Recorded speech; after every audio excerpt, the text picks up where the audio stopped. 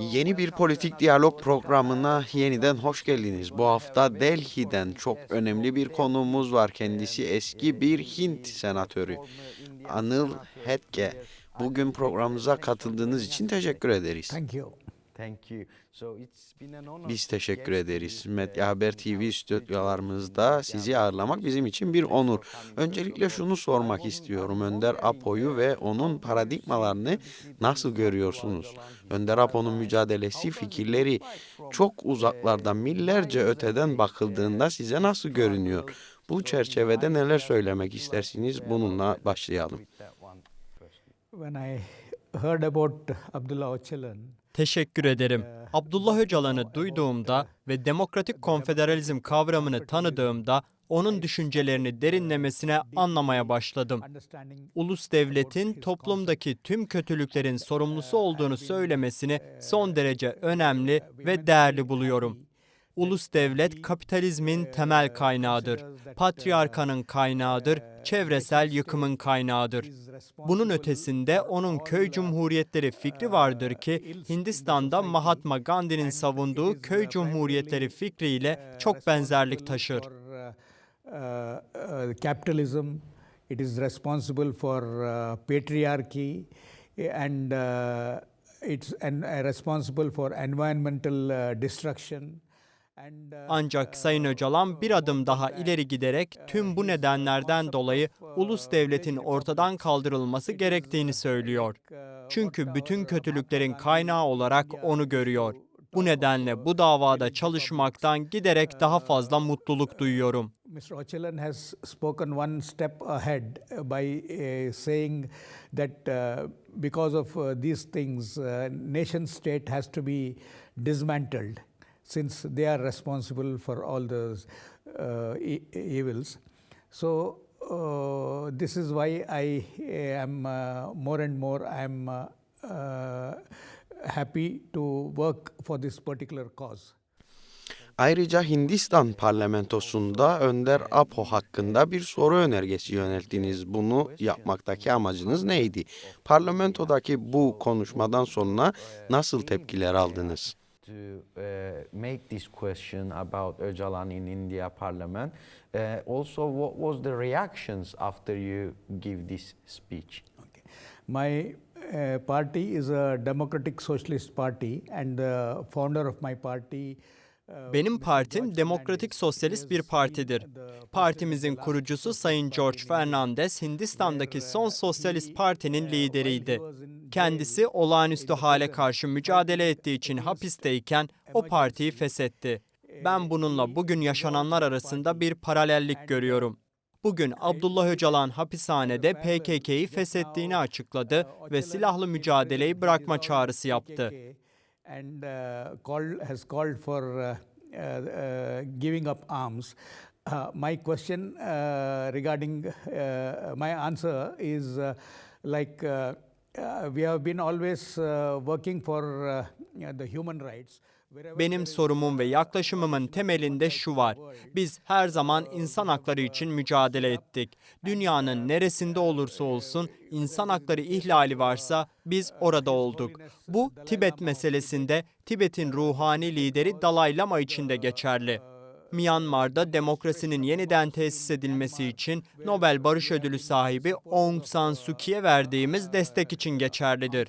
Bhutan'da muhalefet lideri Hindistan'da tutuklandığında da onu destekledik. Aynı şekilde dünyanın neresinde olursa olsun insan hakları ihlali varsa biz her zaman o halkların yanında durduk. Demokratik sosyalistler olarak politikamız bu. He was in India's jail. That time we supported him. Same way all over the world, wherever there is violation of human rights, we stand by those people. This is our policy as democratic socialists. Thank you very much. So can we say like many people start to heard about Kurdish leader? Çok teşekkür ederim. O halde şunu söyleyebilir miyiz? Bugün giderek daha fazla insan Önder Apo'yu ve onun mücadelesiyle Kürt halkının mücadelesini tanımaya başlıyor mu? Nelson Mandela of the Middle East, people have started knowing about this. the sacrifices he has done. Kendisi sıklıkla Orta Doğu'nun Nelson Mandela'sı olarak anılıyor. İnsanlar artık bunu daha fazla biliyor. Kürt meselesi uğruna yaptığı fedakarlıklar nedeniyle Kürt halkının ezici çoğunluğu onu kendi lideri olarak görüyor. Him as a leader. So when I Parlamentoda konuşurken amacım tüm siyasi partilerin bu meseleden haberdar olmasını sağlamaktı. Ayrıca Tibet konusunda olduğu gibi Kürt meselesi için de tüm partileri kapsayan bir parlamenter forum kurmayı planlıyorum. Parliamentarians forum on Kurdish issue, like we already have all party parliamentary forum on the Tibet issue. That's perfect. Okay, so we can continue our question. Yerinde ve çok açık bir cevap. Şimdi İstanbul'da katıldığınız konferansa geçmek istiyorum. Kürt sorununun demokratik çözümü ve Türkiye'nin demokratikleşmesi başlıkları bu konferansta ele alındı. Bu konferansla ilgili deneyimlerinizi ve gözlemlerinizi anlatır mısınız? First of all, I want to congratulate the DEM party for organizing this international conference. Öncelikle bu uluslararası konferansı düzenlediği için DEM Partisi'ni tebrik ediyorum. Konferans sırasında 4 parça Kürdistan'dan gelen Kürtlerle tanıştım. Bakur, Başur, Rojava. Bu insanlar kolektif olarak Kürdistan coğrafyasını oluşturuyor. 100 yıldır acı çeken bir halktan söz ediyoruz. Bu bizi derinden yaralıyor. We feel terribly pained when people for 100 years they have been suffering for this. They have been suffering, and this DEM party has done a right thing in organizing. DEM Partisi bu konferansı düzenleyerek çok doğru bir adım attı. 27 Şubat'ta Abdullah Öcalan'ın başlattığı sürecin karşı taraftan da bir yanıt bulacağına dair umutluyum. Whatever process Abdullah Öcalan started, it will I'm hopeful that there will be a response from the other side also. Thank you. Just because of you mentioned the 27th February Öcalan's Democracy and Peace Call. 27 Şubat'taki demokrasi ve barış çağrısını anmışken Önder Apo'nun sizce bu çağrısı ne kadar önemliydi? Türkiye barış sürecinin ilerlemesi için daha fazla neler yapmalı? I come from the land of Gandhi, who spoke about non-violence, and just now Mr. Öcalan, among various things, he represents non-violence. He speaks for the women of the world, and he talks about the. Ben şiddetsizliği savunan Gandhi'nin topraklarından geliyorum. Bugün Sayın Öcalan da şiddetsizliği temsil ediyor. Kadınların özgürlüğünden, çevresel yıkımdan söz ediyor. Konferansta bu fikirler daha fazla insan tarafından öğrenildi. Türkiye hükümeti üzerinde de ciddi bir baskı oluşacaktır. Türkiye'nin yakın zamanda olumlu adımlar atacağına inanıyorum. Soon take some positive steps. Thank you, Alin. So you have been in Ahmet as well, and you met with many. Siz Ahmet'e de gittiniz ve birçok sivil toplum kuruluşuyla görüştünüz. Burada gözlemleriniz nelerdi? Kısaca bunu da alalım. I'm happy that happy in the sense there I met the mayor of there, and there used to be a practice called Kayyums, who are unelected people. Orada belediye başkanıyla görüştüm. Kayyum uygulamasının, yani seçilmiş belediye başkanlarının yerine atanmış kişilerin getirilmesinin ne kadar antidemokratik olduğunu gördük. Şimdi Kürt halkının temsilcileri %62 oyla seçildi. Ancak merkezi hükümetten yeterli destek alamadıklarını düşünüyorum. Bu konuda herkes sesini yükseltmeli. Türkiye hükümetinin de bu çağrılara kulak vereceğine inanıyorum. Development works and all. And regarding this, all of us should voice their concerns, and I'm sure Very soon, the Turkish government also will heed to the request. Alin, I want to make the conversation a bit more deeper, so I have to ask you. Şimdi konumuzu biraz daha derinleştirmek istiyorum. Önder Apo'nun barış sürecindeki rolünü nasıl görüyorsunuz? Gandhi ile Öcalan arasında benzerlikler var mı? And that of Mahatma Gandhi, who also worked for peaceful solutions. So you already mentioned. So what are the similarities with Gandhi and Öcalan? Similarities is Öcalan speaks about village republics. Benzerlikler çok açık. Öcalan köy cumhuriyetlerinden söz ediyor, Gandhi de bunu savunuyordu. Benim partim Janata Dal United, Hindistan'ın en kalabalık eyaletlerinden biri olan Bihar'da iktidarda. 130 milyon nüfuslu bu eyalette 8400 köy cumhuriyeti var. Bunların 4250'si kadınlar tarafından yönetiliyor. Bu tam olarak Öcalan'ın savunduğu model. Rojava'daki model de son derece ilham verici. Tüm etnik ve dini gruplar birlikte eşit şekilde yaşıyor. Bu yalnızca Türkiye için değil, tüm dünya için örnek olmalı. And maybe someday very soon people will all start talking of democratic confederalism where nation state, which is the main reason for all the ills, will go away. Thank you. So Yaklaşık 3 ay önce Hindistan'daki büyük bir sosyalist konferansta Önder Apo'nun statüsü ve Kürt mücadelesiyle ilgili bir destekleme kararı alındı. Bu fikir nasıl ortaya çıktı ve nasıl karşılandı? and as well as the Kurdish struggle as well. So how did you come up with this idea, and how was the resolution has been received by the conference? Okay.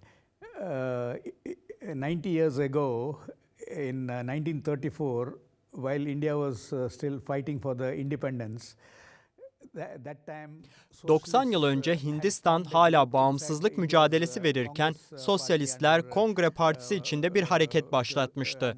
Demokratik sosyalistler her zaman eşitsizlikle ve insan hakları ihlalleriyle mücadele etti. Tibet'ten Myanmar'a, Sri Lanka'dan komşu ülkelere kadar her yerde mağdurların yanında olduk. Bu konferans düzenlenirken Kürt meselesini gündeme getirmeyi önerdim. Kürt temsilcilerle görüşüldü ve karar oy birliğiyle kabul edildi. I suggested to the organizers about this issue, and the main organizers met the Kurdish people's representatives. They were very happy to have this resolution, and they said they invited me to that program and asked me to move the resolution, and it was moved unanimously.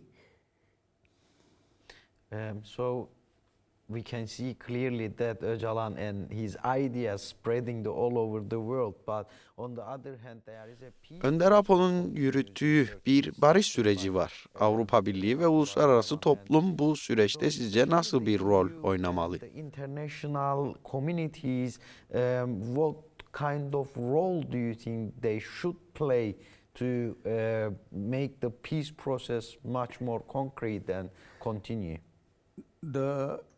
All the international community should pressurize for the compliance of the United States Security Council Resolution 1325 about the active role of women in conflict resolution and in the peace process. Uluslararası toplum Birleşmiş Milletler Güvenlik Konseyi'nin 1325 sayılı kararının uygulanması için baskı yapmalı. Kadınların barış süreçlerinde aktif rol alması sağlanmalı. Ayrıca Avrupa İnsan Hakları Mahkemesi'nin umut hakkı kararları uygulanmalı. Türkiye bunu henüz hayata geçirmedi.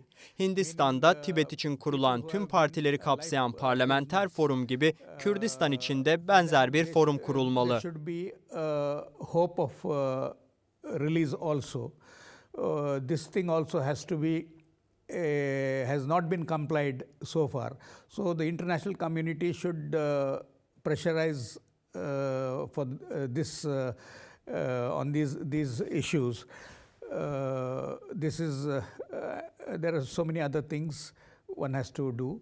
Lastly, maybe Kurdish leader Mr. Abdullah Öcalan will be able to watch this recording in the future. So what would Son you like olarak to belki tell Önder Apo him? gelecekte bu röportajın kaydını izler. Öncelikle Önder Apo'ya ve ardından süreç için Türk devletine mesajınız nedir? In a quality way about this peace process, and what is your message for peace, basically, starting with a message to Öcalan? I congratulate Mr. Öcalan for Sayın Öcalan'ı ulus devletin insanlığın bütün kötülüklerinin kaynağı olduğunu açıkça dile getirdiği için tebrik ediyorum. Ben bile ulus devletin ortadan kaldırılması fikrini ondan öğrendim. Bu düşünce doğru anlaşılırsa dünyanın birçok sorunu çözülebilir. Bu nedenle onu tebrik ediyorum ve bu fikirleri dünyada daha fazla insanın konuşmasını istiyorum. the whole world's solution will be solved. So for that I congratulate Mr. Öcalan. Even for me it was new about the dismantling of the nation state. I learned from Öcalan. So I am happy and I keep talking about on this issue, and I want all people all over the world to speak about this issue. Thank you very much, dear Alin. Çok teşekkür ederim Anil Hekde, değerli yorumlarınız için teşekkürler. For your valuable comments. Ben teşekkür ederim. Thank you.